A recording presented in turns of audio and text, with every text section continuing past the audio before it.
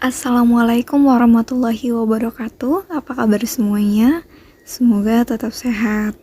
Bertemu lagi dengan Ibu Sera dalam mata pelajaran Bahasa Indonesia. Nah, pada pertemuan ini kita akan melanjutkan materi yaitu tentang metode dalam pidato. Seperti biasa, sebelum memulai pelajaran, ada baiknya kita membaca basmalah. Bismillahirrahmanirrahim. Pada metode dalam berpidato, ada beberapa metode. Kita bahas satu persatu, silahkan kalian simak dan pahami. Poin A, bisa kita lihat di sana ada metode naskah. Metode naskah yaitu teknik berpidato dengan menyiapkan naskah yang akan disampaikan kepada halayak umum sebelumnya. Naskah yang dibuat berupa alur berpidato, mulai pembukaan, isi, sampai dengan penutup, untuk mempermudah pembicara dalam menyampaikan informasinya. Metode ini umumnya digunakan pada acara resmi formal.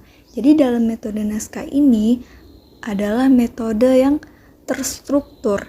Jadi agar pembicara itu tidak bingung dan tidak bolak-balik membicarakan tujuan yang akan disampaikan.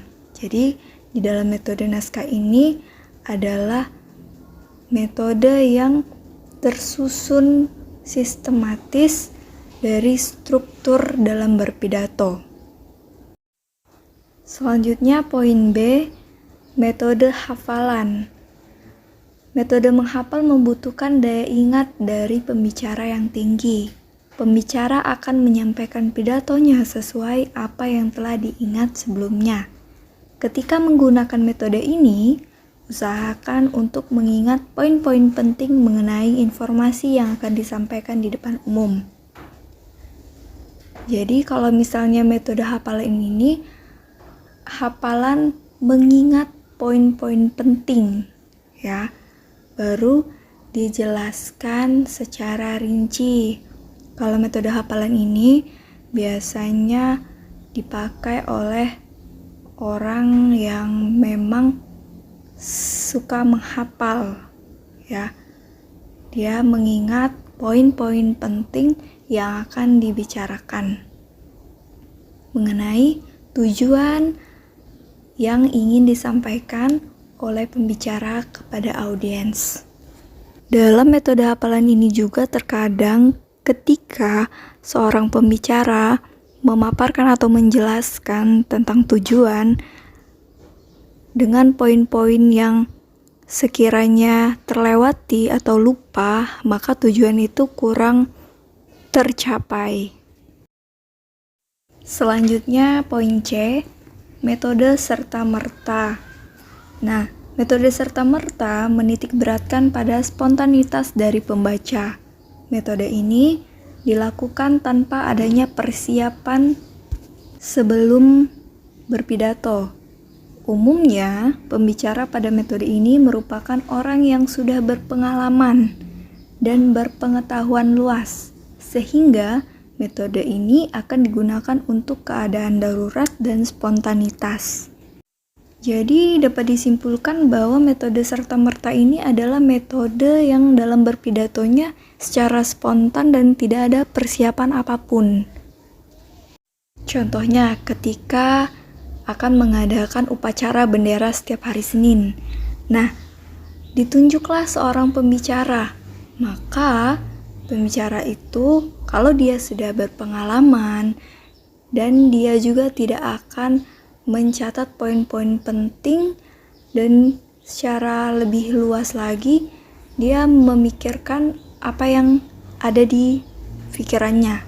Jadi tidak melulu dia harus mencatat, mengingat atau lain sebagainya, itu dia tidak perlu lagi karena dia sudah berpengalaman dan berpengetahuan luas dalam berpidato. Jadi di dalam situasi darurat pun dia siap untuk melaksanakan pidato dengan metode serta-merta itu.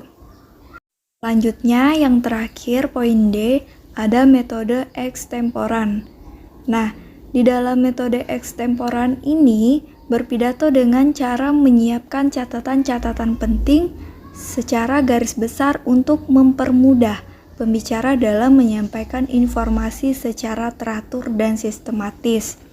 Jadi kalau berpidato memakai metode extemporan ini, biasanya seorang pembicara akan menyiapkan kertas kecil untuk menuliskan poin-poin penting, terutama dalam pembicaraan isi, agar pembicara tidak lupa akan tujuan yang akan dibicarakan, agar secara teratur dan sistematis dalam pembicaraan berpidato pada halayak ramai. Itulah 4 metode dalam berpidato. Setelah mempelajari materi ini, silakan kalian buka Classroom. Di sana sudah Ibu berikan tugas, silakan dijawab dan dikirimkan ke Classroom. Terima kasih. Sekian, wassalamualaikum warahmatullahi wabarakatuh.